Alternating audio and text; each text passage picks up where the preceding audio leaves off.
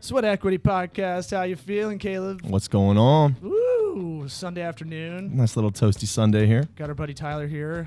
Hey, what's going on, guys? Yeah, we're gonna talk a little nerd stuff, website development, why websites are important. It's an argument I almost implode on weekly, and let's just fucking get into it, man. You hear that? You hear that drum beat? Oh, here it comes.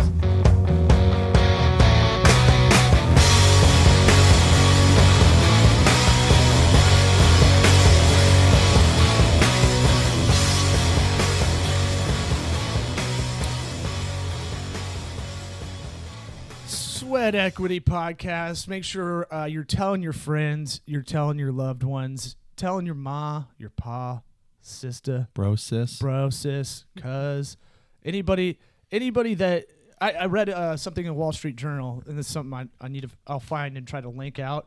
That what's really funny is the podcasting universe. Our generation kind of thinks of it as like you're kind of a dummy if you don't listen to podcasts, and then you have like probably 90% of your friends don't, and you don't get it, and they listen to radio still. Yeah. So yeah, that's a little waste of time. So Wall Street Journal had something. Noticed two things. They said how advertising on podcasts is a little tough because the medium's not matured yet. We get it, but it was saying only like it was noting like Serial and all the liberal ones. Which I get. If you're the New York Times, I understand. Of course. But this is the Wall Street Journal. I for sure thought, our main man, Adam Carolla, would get some kind of plug there because he's basically the grandfather of this whole concept as far as being something you can utilize as a revenue stream, as a real legit kind of on-demand radio is how I just tell everybody about it. Yeah, I think when XM kind of came out and they started seeing the value of the non-censorship and being able to voice your own views, I think that's when podcasting kind of started to take a little bit more of a leap. I'm sure it had already been around. I don't know the history of podcasting, but I think that's where people started liking the idea of being able to say whatever they want with whatever views and kind of non-censorship they had. So. Well, one of the first guys to get on it is actually from Tampa, podcasting and making it a legit thing. Really? I think he makes a living doing it. He's a comedian buddy of mine. His name's Patrick from Nobody Loves Onions in LO. Nice. If you've ever seen it, he does live streaming, awesome, badass, like live stream interviews. He's been doing it, I think, since like 2005. Oh, wow. Yeah, and I think most of the big guys like Rogan, Carolla, Mark Maron, they kind of got into it about 2008, 2009 or somewhere in that range. So I just thought it was interesting. I just remembered that as I was kind of leading into the episode. But if you're listening to this, you were part of the first mover market, as they say. Yep. And you're smarter than most of your friends because you're more efficient. I love listening to podcasts while I'm doing other things. You're probably listening to this. You're hearing my mumbly tone while you're driving or you're working out, going for a run, cleaning the house. That makes me doing house shit and listening to something where I can kind of learn something.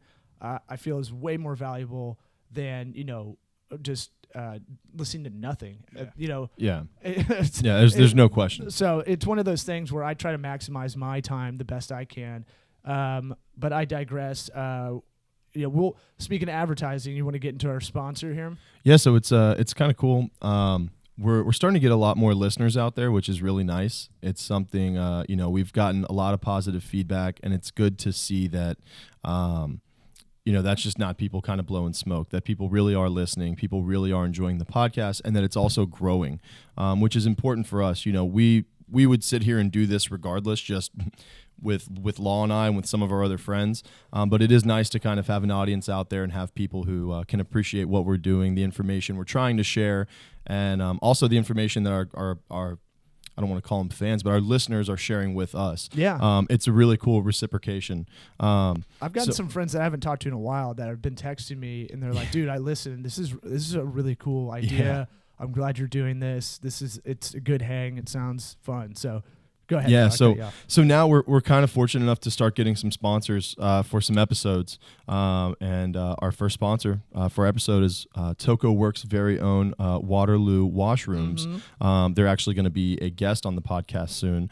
But if you haven't heard of Waterloo Washrooms, which if you have listened to any of these episodes, you probably have, they are luxury mobile washrooms. So think of going to an outdoor event. You see a line of nasty blue porta potties lined up. That is not them. When you see that sparkling white trailer that's, I don't know, 15, 16 feet long, that holds, a bunch of luxury luxury toilets and urinals with air conditioning, music playing, granite countertops. It's really something that helps any event kind of go above and beyond. So you don't have to go into some crusty bathroom that has someone's vomit all over it. And I'll give you the inside baseball on it. Yeah. It's one of those things where we looked at the market. No one's really doing this right around the country, and so yeah. And what you're talking about is keeping it clean.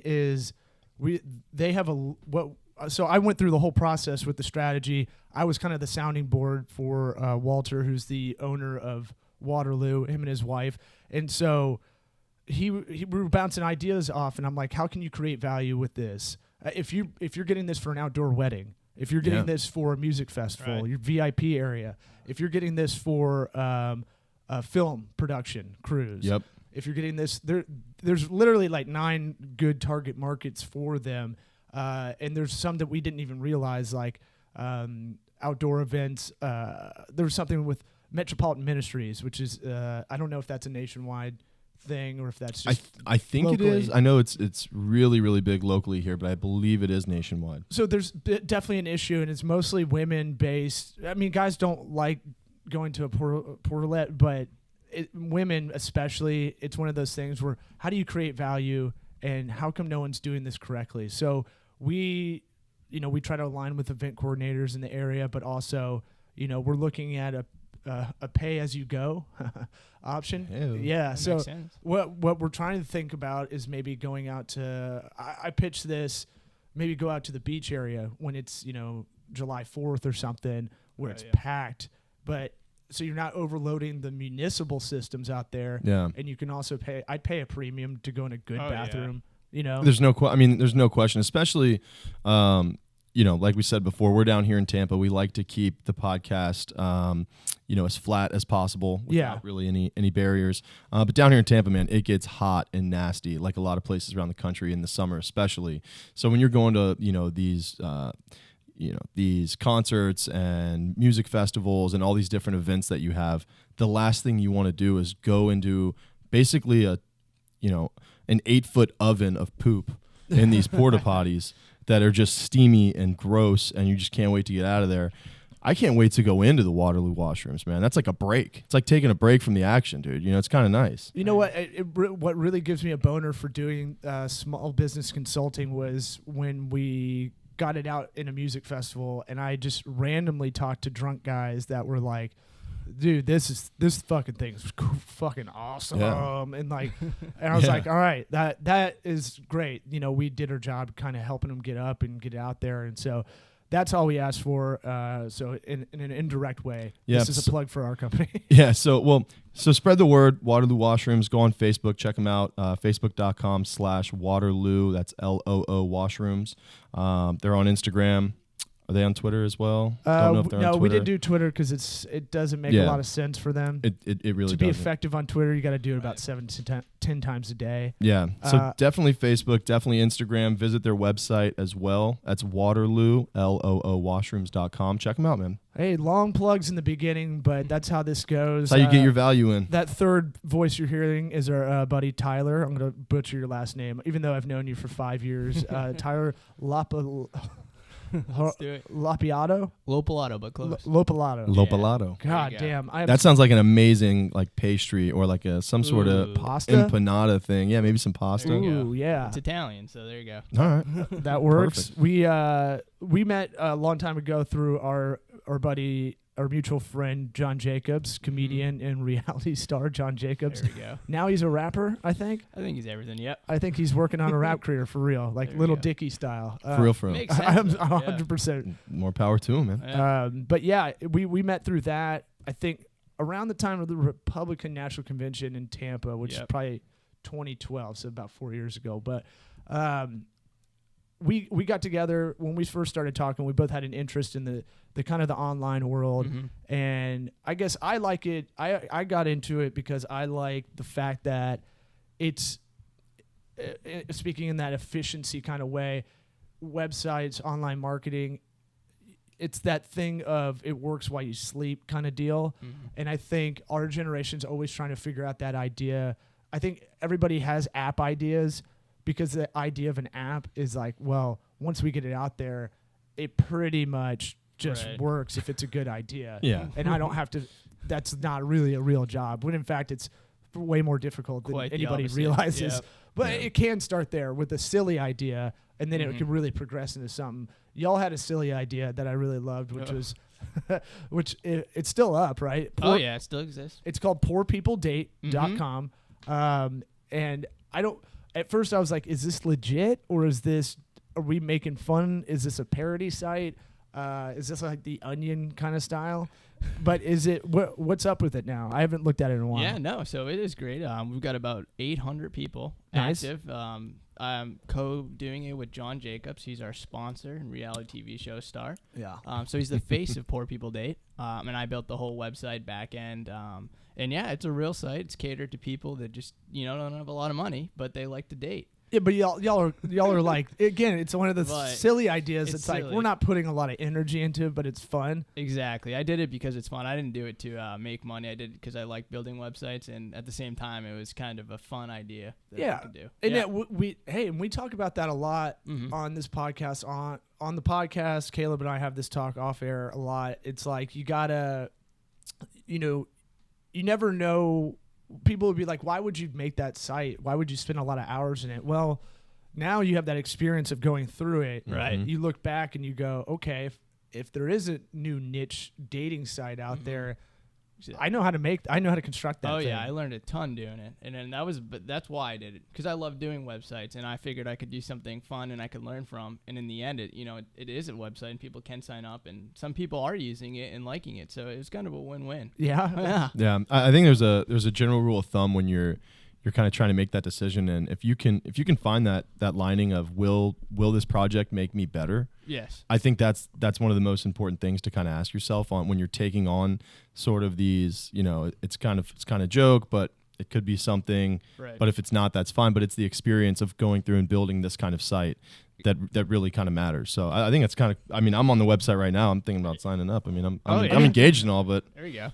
Yeah, but shit hits the fan. I got a backup plan here. But we're real Americans. We're living outside of our means most of the time. All of us are paying fucking student loan debt, and technically we're all kind of poor and so I all want to date. Kinda. and it doesn't We're all say kinda poor. Doesn't say financially poor. You could be Exactly. you could be poor at heart. Yeah. You could be Just your character's just you could be a poor. 1%er and just be a poor kind of person, That's true. just kind of personality wise. So you could have a poor dick. decision making skills, just Yeah. everything. And so I love the idea. That's just kind of funny, a silly way, but you never know with some of those things. If that got picked up by one of the big blog sites like Mashable or something, who knows? Oh, yeah. If You never know. so, an idea I'm gonna throw it out there, just kind of jazz scatting on it, is maybe there is something called a PR person that can get you on those blogs, because all Right. those blogs by now are media sites. A lot of Yeah. them are kind of wink, wink, nod, nod. Pay a little John. advertising here. Yeah. We'll definitely write for you. A lot of the Kinja sites are that way. Your Deadspin, Gawker, Jezebel, whatnot. Those are their preferred partners, whatnot. Look, hey, if you're giving out content for free, expect some kind of advertising coming your way.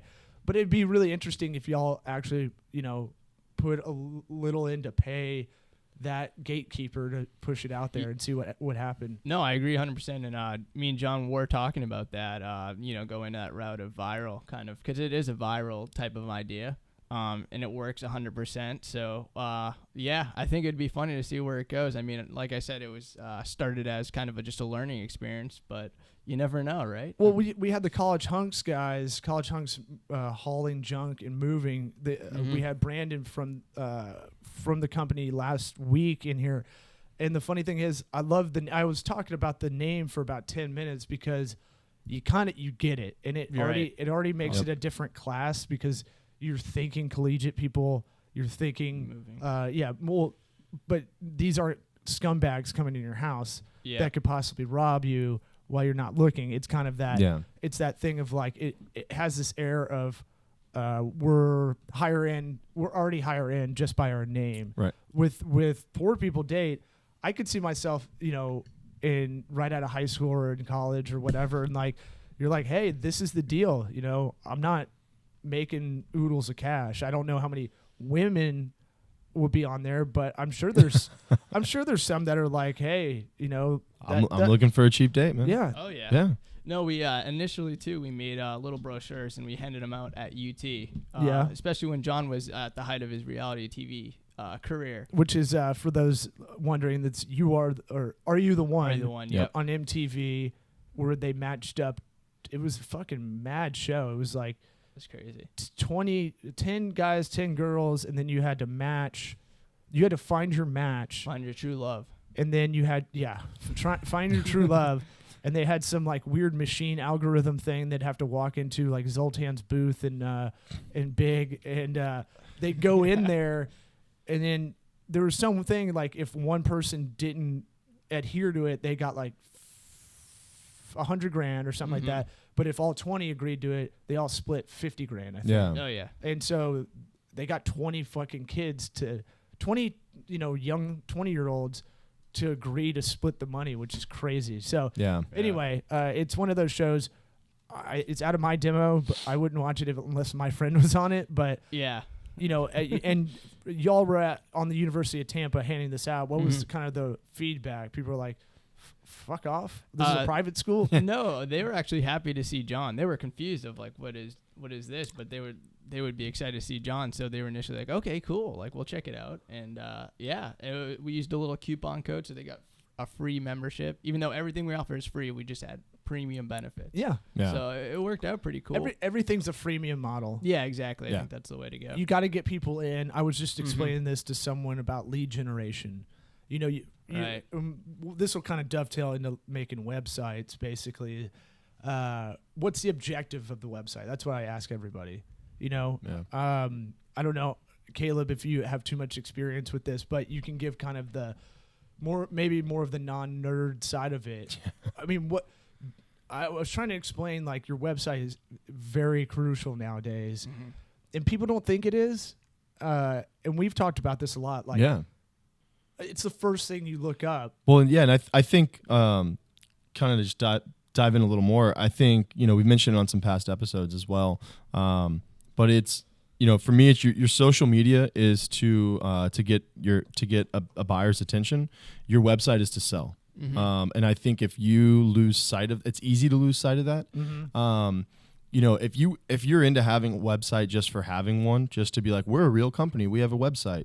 That's great, but that's all you're going to have is a website. Right. If you want to have a real company, make that website work for you. Yeah. And you sometimes you need to bring in, outside sources to be able to do that. Someone like myself, I personally can't sit down and like I'm gonna create a freaking selling machine, with this website. Yeah. I need help with that. But I do know enough to know you have to have a goal in mind of what is the purpose of your website? Right. What is the purpose of your social media? They're not just things to have. That's your own Instagram page, your personal one. Yeah. That's just something to have. I want to share some photos. I want to get a bunch of likes. I mean, people take it way too far and try to become Instagram celebrities. That's not the goal with this. So I hope that people keep that in mind when they're talking about web design. And I think that needs to be brought up first and foremost with people is that, look, man, your social media reels them in, your website generates the dollars. Yeah. So. Yeah, you're exactly right. It's and it's one of those things where I was at a meeting with a Google rep that was in town. It was one of these things that was put on to, brush up on Google AdWords, search and display ads and stuff. And they're showing some stats. It was like 91% of people look up the will research a product before they purchase it online. Right. So you have to keep I look at social media as your reputation services, kind of. It's one of those things where what are we trying? You're right. It's a method of pulling people in. Here's the thing. Here's a conversation I have with a lot of people, a lot of mom and pop kind of people that you have to put it in traditional terms. That's how I do it. I tell them, here's the thing. Let's think of it this old school way. Your social media is like a sandwich board. It's like putting a little ad in the newspaper. Think of the old school methods, magazine, what be it. It's one of those things, or even the signage on the outside. Now, you can't ignore traditional still. Right. I think that's a mistake a lot of people make too. No, and I think that's why it is traditional, because it's what's been around so long that it continuously proves to work. Well, there's a reason. Well, I tell people your offline needs to be cohesive with your online world. If you're kicking ass and you bring people through the door, which is, I see that as the threshold. If you're doing like retail, or you're doing restaurants or something like that, wherever you got to have, or even, car dealership, even a fucking doctor's office, where we used to see that as something that's not really a business thing. Yeah, it kind of is. Same with the law firm. Oh, it absolutely is. We used to see those as public services almost, but they're businesses. And so whatever we can do to get you through that threshold of the door, that's the biggest part. How can we get you from the online to come in? And I think the big thing is, when I ask, I don't know how you talk when you have clients, but I go, what's your main objective? Yep, 100%. And I think it kind of breaks down to a few. Like, you can kind of, I visualize a decision tree almost. Is that how you see? I don't know how you visualize all this. Yeah, I think there's three main categories. It's like experience. You want an experience online. You want an extension of your brand, and then there's like the selling and value of an online store. And I think it comes into like those big three, and then branches out from there.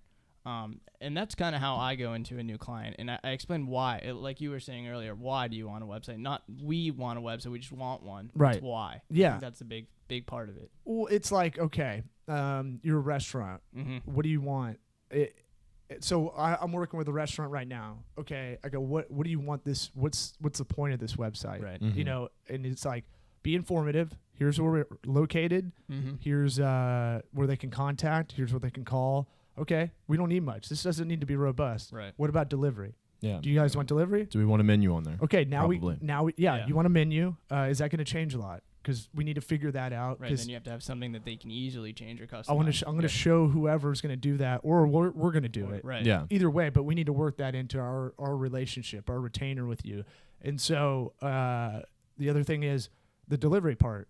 Do you have that set up? And then you have to get into this thing of like, all right, do you like this app that we can embed in better than this one? And so then you go, what's that look like on the other side? Right, the back. Right. The back end, how's the website? Yep. On the back end, is it easy to teach? Because that can be huge. big. And then the other part is like, when you're doing these extra features, like we're doing doorstep delivery, is that what it's called? Yeah. Where you can embed that in there. What does the ticket look like on the other side for them? Yeah. And can they see it? They need like a manual printout. And I think that's stuff that kind of does get overlooked too, and that may be going down a different wormhole.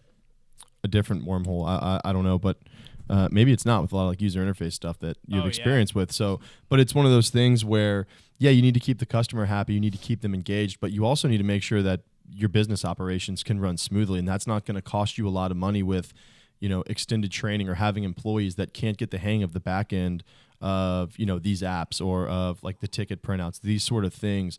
They need it.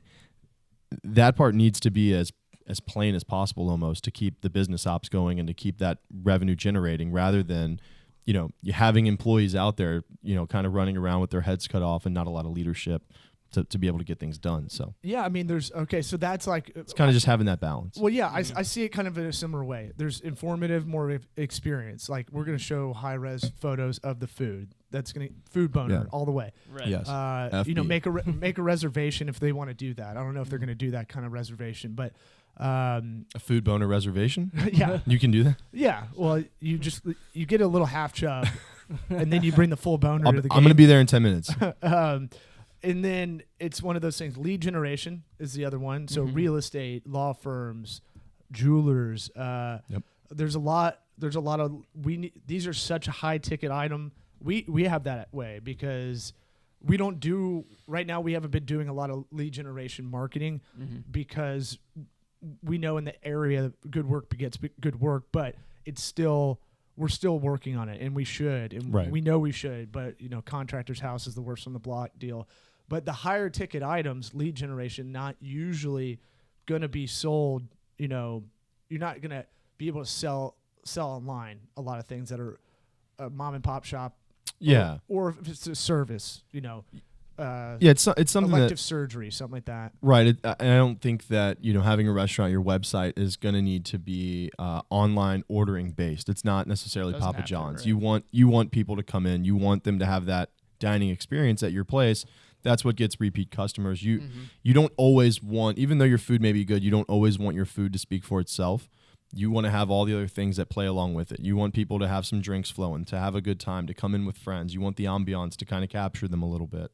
That way, if the food isn't up to par, they still had a great time and they're probably going to come back. I mean, I know there's restaurants where we are in Tampa that I don't like the food, but I still go to these restaurants because I have a great time with my friend. This one place has a great signature drink that I like having, but I think the food's terrible. Yeah. But it's in a good part of town. I like the people that I go there with, so I keep going back. And it's one of those things, if I did takeout for the first time with them, I'd have never gone back. There's no question. I'd have been like, this is awful. I don't even want to go in. Yeah, the restaurant downstairs, we're overhead the bricks, and a lot of the reason I like the bricks is the people that work there. They do a very good job staffing, and they're just friendly and all unique, and it's not this like jaded, vapid kind of conversation. It feels real. It feels authentic, and you can tell everybody's kind of got maybe something else going on the side. That it feels like that kind of staff. Yeah, and with the bricks, it's really interesting too. Kind of a cool dynamic with them is their menu. I don't know that their menu has ever changed. Ever. I mean, I don't know. I don't even know how long I've been going down there, but I don't know that their menu's ever changed. It's always consistent. It's always good. You know what you're gonna get, and like you said, it's the staff. It's the ambiance. It's sometimes they bring a DJ in on the weekends. Sometimes they Church of Nintendo. Yeah, the Church of Nintendo. That's such cool. such a cool thing, That's man. Cool. And it's just different. They're playing, skateboard videos and like highlight reels, while everyone's eating and playing like old school hip hop and all this different stuff.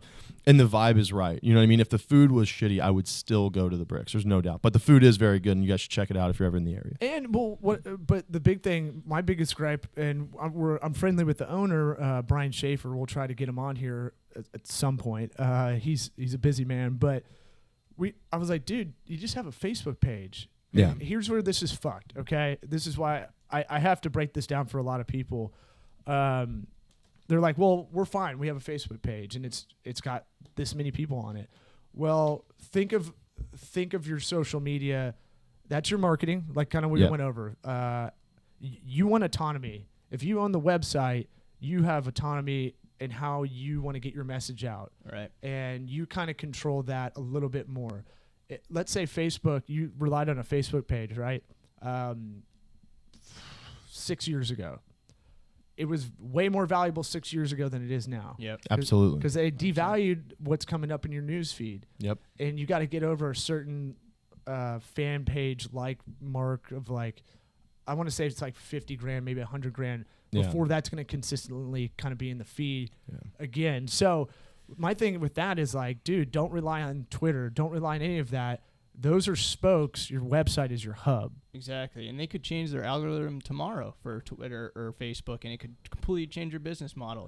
You want full control, and I think that's why the website is so important to complement all the different social media. Yeah. And then I think the third one, the third kind of site objective you talked about is e-commerce. Right. That can get really tricky. Mm-hmm, there's a lot of options out there. We've dealt with using Shopify, using WooCommerce. I like Squarespaces for very simple stuff, but maybe I'm just a Squarespace zealot.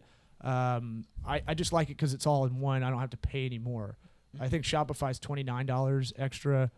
to have that integrated anywhere. Right. But some people rely on just their Shopify page as their website. Right. So I don't know if you've got any kind of. I know we've bid it out with. We've worked on some other bids where it's like, I think you should do this. I think you should do Woo over this. There's a lot of things. I think the main thing is you got to really sit back and go, all right, your objective is to do e-commerce. Now we got to get to the next question. Right. What are we trying to sell? How many SKUs? Yeah, and that goes into the framework, like you're saying, Shopify, WooCommerce, and then there's like Magento and the bigger guys. And it really does go into what you're selling, your SKUs, and how big of a company you are. So if I'm a big company, let's use, we won't say the company name that we bid it out on, but let's say they had over 2,000 SKUs or something like that. What would you put? I don't know Magento that well. Yeah, I think Magento is the biggest scalability. You have companies like Nike.com and all the big guys use Magento, and they have like the corporate edition, and they have also their open source. So a web developer like me could get the open source, fork it, and then build for them. But then, when it's a smaller mom and pop or smaller businesses, Shopify is great because it's all encompassing and handles it for them.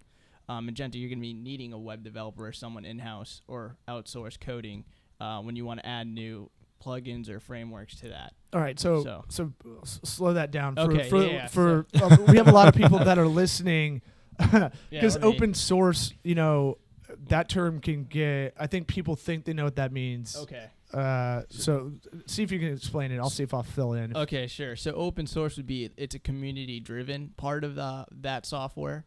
Whereas closed source would be a company that sells it, owns it, and only you can't look at the code or how it's built. So it's like there's a site called GitHub. Yeah. And it's a community of coders, and they go, hey, here's this code I'm letting anybody use. Exactly. And anyone can actually commit, which means add to it and push up to it, commit the changes. And that means they can collaborate on this code, and you can fully see. The big thing, too, with open source is you can see what's going on under the hood.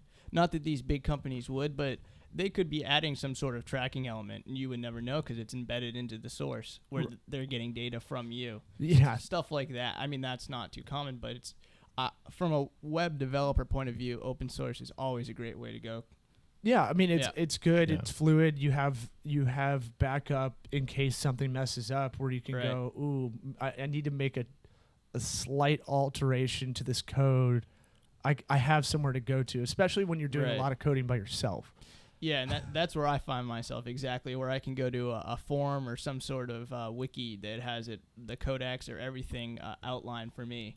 And yeah, I mean, I'm a big Squarespace guy, and I use the Slack group. There's a big ass Slack group, like 2,000 people, and if you look through it, it's better than their site help, which is kind of the same thing, but this is a little bit more in-depth stuff, or just people just asking random questions that I may not have thought of to ask, kind of deal. So I think that's one thing for building websites. A lot of the time it can be very isolating, and you kind of use that almost as your coverage a little bit, because if you get stuck, you're kind of fucked, and it's not like you can really look. You can't really call any other guys because they're doing their own thing. Right. You know? Going back to kind of the open form coding, is there a risk factor involved there? I mean, if you're right, because like kind of like it sounds to me like I'm thinking of it. I don't mean I know I asked you a question and interrupted you, but no. What it kind of sounds like to me is almost you could compare it to like Wikipedia.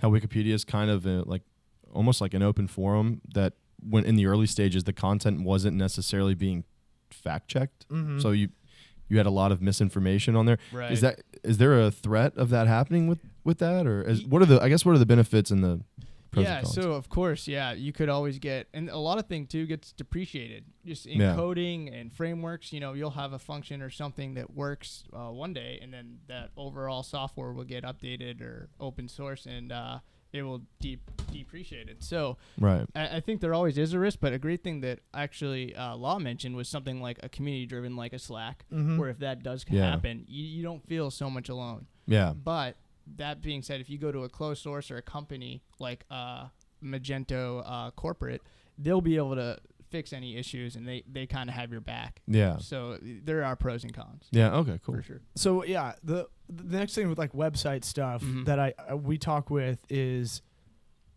I think a lot of people are realizing they need a simplistic design. They need something responsive. It's absurd how many sites you go to that aren't. They don't realize.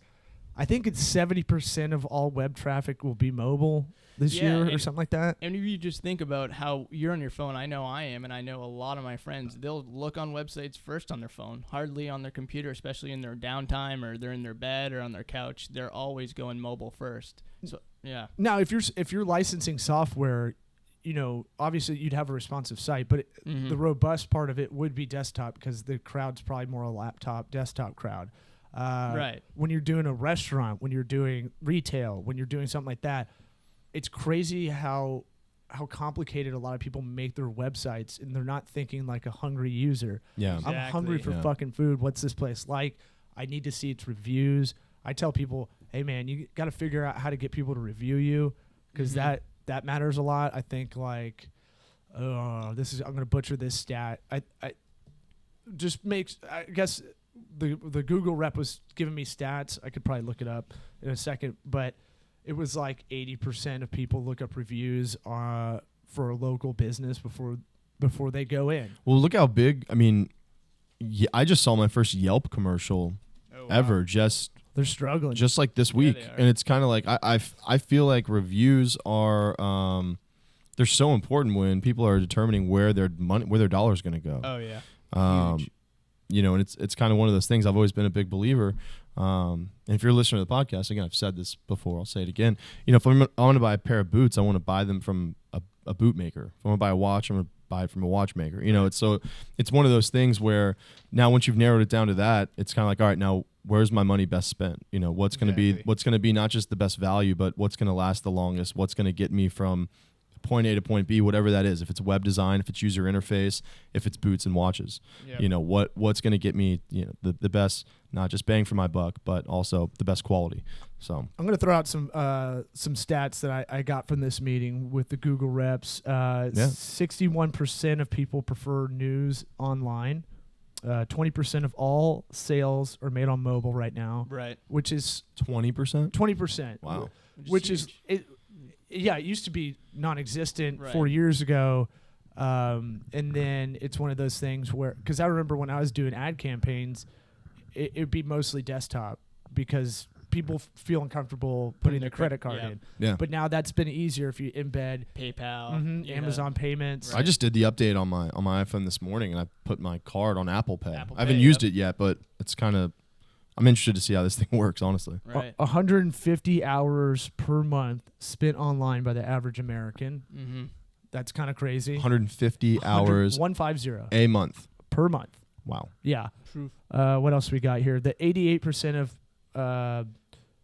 88% of people research before buying something. Yep. So you'll go in a store, like you're drifting into a store. This is the scenario I think they gave us.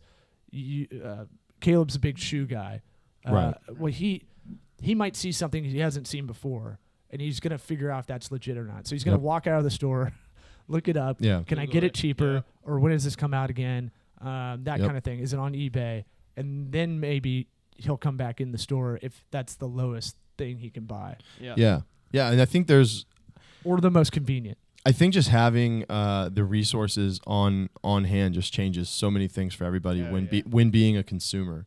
I mean, there's so many instances where that exact example happens where, I'll be even in a department store and I'm sitting there and I'm going to say, hey, can I find this cheaper for somewhere else? I mean, I should be on poorpeopleday.com. If I find this cheaper for somewhere else, will they match the price if I just show it to them on my phone? Yeah. Hey, this store has this for less. Right, Or hey, I'm just going to go on eBay and see if someone has this on eBay. I'll try it on in the store and see what size I need, and then I'll just go buy it on eBay. I mean, there's so much that we can do to kind of determine where our dollar goes now with the resources we have at our fingertips at all times. So I think that really forces companies to kind of be on the up and up, with their products and the way they display them to us. Well, I remember working for an air purifier company, and they're mainly e-commerce. They sold in a few stores, and I remember having this conversation because you have to keep the price floor, and so they would give free shipping away because now it was only in like a few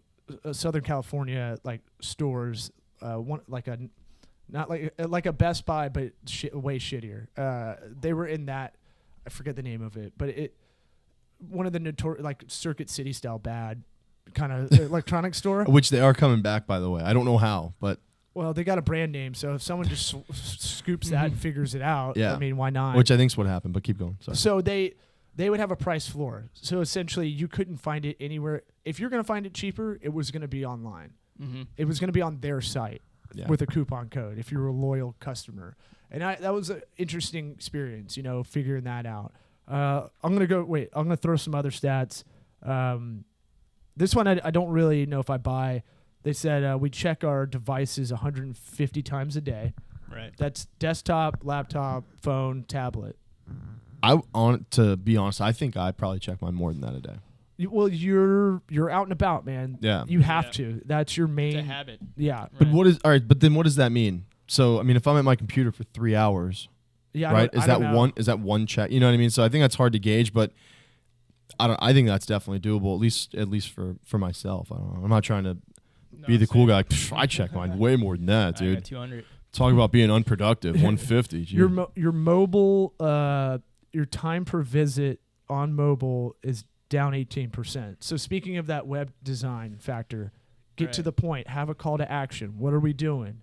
Yeah, and I think it's down because that's a good sign that the mobile sites are getting more optimized to give you your content quicker. Exactly. Yeah. I think it's one of those things where that's another part we talk about when we're going through the website development phase, which it blends. I mean, you can't have design without development, really. Right. The best way I've heard a scenario of explaining how websites are constructed is like a house. The HTML is the foundation. It's the framing. It's the wood, it's the it's your doorways, it's all that stuff, and then the CSS part of it, which styling. People don't know what that is. That's basically it's not just window dressing necessarily. It is you have drywall, you'd have that popcorn speckle shit if you're in the 70s and your ceiling, that kind of stuff. Nice. Where it is infrastructurally kind of important. Is that a word? Yeah. We just made it one. So CSS and HTML, both have to work with each other too. Right. And then to move to that, I know it's a little more complicated, but then your boiler or what's making it work is your object-oriented coding, like your PHP, which is like goes a step further. Yeah, that might be more of your foundation, I would say, right? Because I use a lot of content. If you use WordPress, you're a WordPress guy. I'm Squarespace. Those are what's called CMS systems, content management systems. Those are template-based, which, by the way, if anybody's making a fucking website, if you're not like a huge enterprise company, you don't need to make a website from the ground up. There's so many options out there for way shittier Wix, like GoDaddy. Those are fucking horrible. Those are hands down the worst. Yeah. Just look who traditionally markets. That's what I've noticed. People 75 million people use Wix. I don't think so. Yeah. But they traditionally they do TV ads. And they do a lot of, I've seen them in newspapers and shit. And you're like, what? Yeah. Okay. Yeah. But it gets that laggard community, that restaurant, that diner that doesn't know what the fuck they're doing. Yeah. That kind of thing. So my biggest thing too is when I talk with clients, we go, what sites do you like? Like we don't have to reinvent the wheel necessarily. Yeah. We can see what they're doing, do it better. Because likely, there's not a lot of people that update their site once a year, I'd say. And you can just look at it as like, I like how this is a call to action here. This is what I mean by that is, sign up today for free or check out our shop or, something that it's the old sales thing. They need you to connect. They need you to engage. Yeah. I think that's, how you end up building is if you don't have that call to action, you don't get the interaction. And when you get that interaction is how you start building that relationship. You're not going to I don't want to say rarely or, very few times, but it's not going to be as effective as just having your Instagram page and hoping people, you're going to get those people that like every single photo and like go on your page and, just totally creep on your page and want to, find out more about your brand. You have to have that call to action. Sign up for like what you see here, sign up for our newsletter, and that furthers the relationship. Oh, you signed up for our newsletter, and our newsletter, it talks about some of our products. If you're interested, try a demo session. Oh, you like the demo session? Why don't you sign up now for a yearly membership? And it kind of grows. I think the people who try to close those sales too quick, there's Facebook for a little while had a system where you could actually purchase things on the Facebook page. I don't know if they still have that or not. No, it's still there. See, They're trying to push out Shopify. Yeah, and I personally am not a fan of that. I guess it makes it easier if you already know what you want in a product and you're like, oh, I'm on there. Oh yeah, I need one of those. Bam, and I can buy it. But I think that's too aggressive and hard of a close for me. I think you need to build a relationship in order to gain true loyal customers. Yeah, if you have an Etsy store, for instance, yeah, that might be a good way to kind of because that for a lot of people that have an Etsy store, Facebook's probably one of their biggest ways of getting it out there. Yeah, and then it's one of those things where I talk about this too when I'm talking kind of the marketing side. Facebook is the discovery. Facebook, Instagram, Pinterest, those are usually about discovery. Google is what you want. You want those Bo Jackson crossovers that are coming out again, a special edition. I'm getting a hard boner, a food boner reservation in my pants. But you want those. You're gonna search for them. Hey, when do those come out? But Absolutely. You may have found out about them on Facebook. So it's kind of that thing of like, you also need to be concerned about what your traffic plans are. How are you going to get stuff in? If you're selling products, Google might be better. Geek up that. Use a little bit of AdWords. I don't know. I feel like I've kind of dominated a lot of the convo.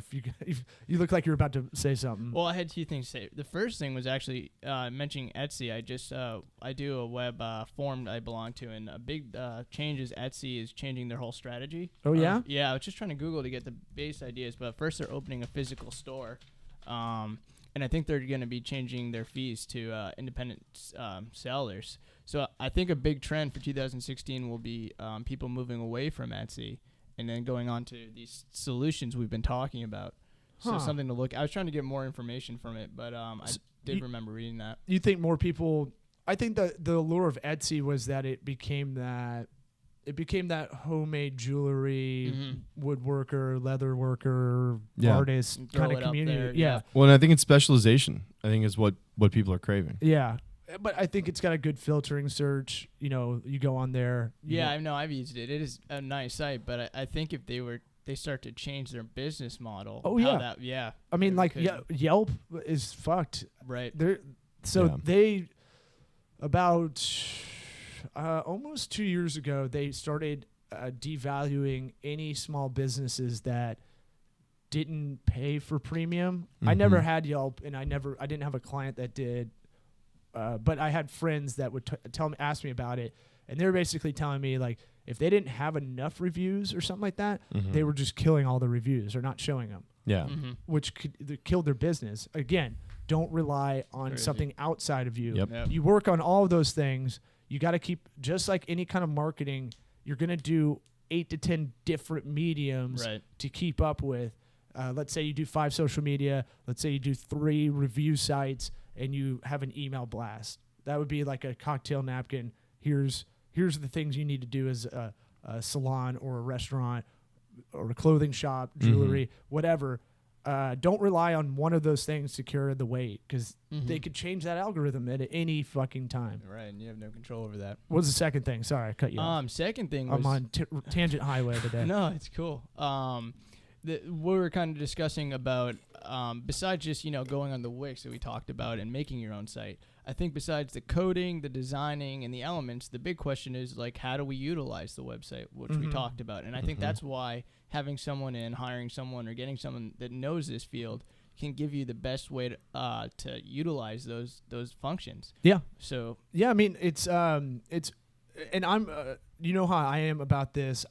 If we have a client, I want them to know how to use what we're handing off. I feel like there's a lot of, whether it's conscious or not, there's a lot of web developers that don't do that. And then they're pretty much holding the site hostage.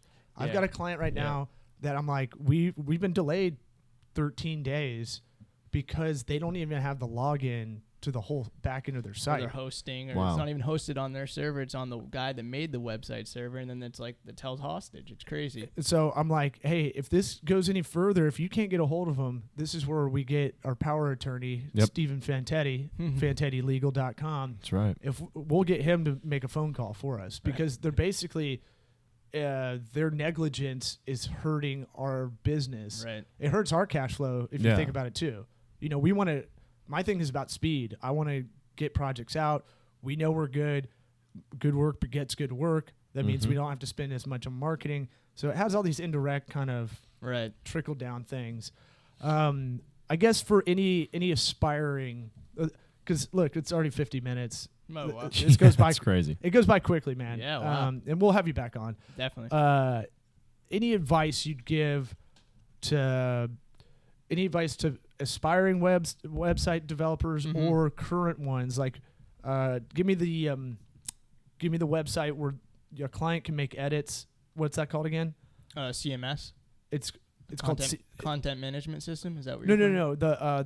If I have the first iteration of a website for a client and I want to send it to them, and they can write over it and make edits. Sure. Yeah, I think that's huge. Especially if you're doing freelance, it's called. There's some basically frameworks like a freelancer cockpit is called one. That's it. And I utilized that, and that was huge because I was able to, basically the client could go on the website I was building, and using JavaScript, they could like write on the website, make changes through that, and that would automatically get sent to me, and I could see exactly what they wanted. Just to be clear, the client doesn't need to know JavaScript. No, that's how it functions. Right. That's just being a web developer, I like to say how things. I try to explain some stuff that even I'm like, hold up. Right. Because I'm not a programmer first. I came from business first and taught myself all this stuff. So it's one of those things where I can see people listening to this and going, wait, what? You need a JavaScript pencil? But that's a valuable tool because, again, a lot of wasted time going back and forth, iterations of like, huge. This is what I really wanted. I have people print out a lot of the time, and that's fine by me. Print it out on red. And that send works it back. too. That's old school. If that's easier for you to figure out, great. Right. But again, that conversation ahead of time with client. Hey, this is the schedule. This is how many edits you get. This is how many phone calls you get to me. That's something I'm working on.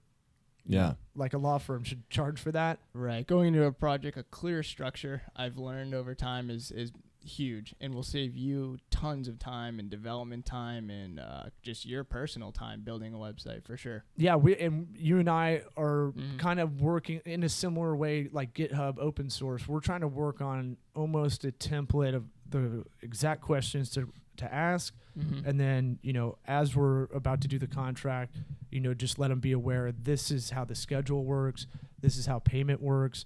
It's it's not net 30, it's due upon receipt, and we don't do anything further. Yeah. The one thing I'm trying to figure out how to make people feel like this is more important, and I look at law firms. Okay, a lawyer does a letter.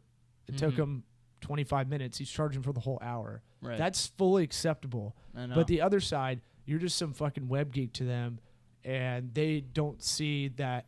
Hey. And maybe this is more of a brand thing. Maybe once our brand's built up, maybe you have more of that kind of leverage.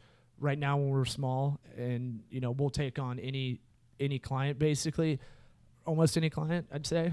We've only rejected a couple because they're too crazy, but but like it's one of those things where I guess I'm trying to figure out how to make them realize, hey, the hours we're probably bidding, we're probably doing double that. Right. Yeah, I think that comes down to kind of like a metric driven conversation. Yeah. And I think it's tough to put a metric on that. Like with a lawyer, it's pretty easy. Did you win or did you lose your case?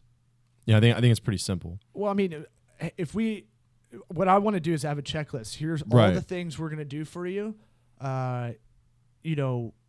a lot of the weight too is, do you have high res photography? Yeah. Do you have video? Yep. And do you have the actual content? Are we writing? That's where Right. Yep. that's where this gets really muddled, and that's what I'm Absolutely. figuring out. 100%. And that's what gets delayed too. I've had clients, we're just waiting on them to figure out how to get a fucking photographer to coordinate a half-day shoot. Yeah. It's not hard, Yeah. but they don't. It's not revenue generating immediately for them, and so they don't see that as And super that's important. and I think that's kind of one of the things that'd be good to provide to when you have these meetings. Somehow find a way to keep metrics on your either companies you've helped in the past or companies you're still developing, and saying, hey, once these guys came to us, here's what they were able to do right out of the gate. Here's what they were able to do 6 months out. Here's how we've helped them grow their business. Oh yeah. And kind of show and be like, this was the budget they started out with. Yeah. Here's where we were able to get them gains, and just watch that chart just going up. So I think that's the kind of interesting stuff to get people to really buy in. But again, that stuff is hard to track because, do you attribute everything to the website, or are there some cases that come up where it's just like, yeah, I don't know, some guy heard about us through a friend and we ended up, making a deal for 20 grand on certain products. And it's like, okay, cool. Like they didn't need the website for that. But 99.9% of the time, you're going to need that website to get those things to happen. But so. And to say to that too, maybe the friend went on their website and was like, wow, this is cool. They have Exactly. a great brand. There So you never go. know. Yeah. Yeah, and then there's the thing of like, that's why we don't just do website development or app development, because it all bleeds over into that marketing world. It bleeds over into the brand, your design, and those are kind of the four big kind of primary services, and there's breakout services from all those. But it bleeds into your strategy. It bleeds into your business processes, which I put in the consulting bucket. So that's why we have the 6 services, because it's kind of like it needs to be one big goddamn Venn diagram, because all this shit overlaps, and it doesn't it doesn't like you can get the website up and then what, Right. It doesn't just end there. right. Yeah. So well, thanks for coming on, man. Oh, thanks for having me. This was Yeah, awesome. it was great. Dude. Yeah, we'll definitely have you back on. I want to talk a little more like user interface stuff. Yeah, I'd love to talk Next about time. it. I think when we get the video going better, Yeah. when we can, if I can navigate this while talking, where we have Google Hangout and I can bring up screen shares of what we're talking about. Yeah. That's why I was like, we'll keep design for later. Yeah. But yeah, there's a science behind. Oh yeah. There's a science behind web design. There's a science, just like John Tafford talking about your flow in a bar. Yep. Comes in, he goes, this chair's worth 20 grand a year. Just like that on website design. Yeah. Similar. No different. Yeah, Yep. there's certain pockets that are more expensive than others, and it's an interesting game of risk you're kind of playing there. So Yeah. Hopefully we scratch the surface for everybody as far as website building, a little bit on the back end, what goes into it, and why it's important to be efficient all the way around, not just on the front end of what looks aesthetically pleasing. So. Right. Also, we want to thank our guest Waterloo, or our sponsor Waterloo, for sponsoring this episode. Check them out, WaterlooWashrooms.com. That's Waterloo, LOO, washrooms.com. Check them out on Facebook, Instagram. I guess, is that it? You got anything else, Lo? subscribe on iTunes to this podcast. If you made it this far, you obviously somewhat liked it and didn't turn it off. Take a second, give us a review, give us a 5-star, give us a 1-star. I don't give a shit, but maybe a 5-star. Maybe 5's a little better than 1. But actually write a review in. That all helps. Yeah. This is free advice.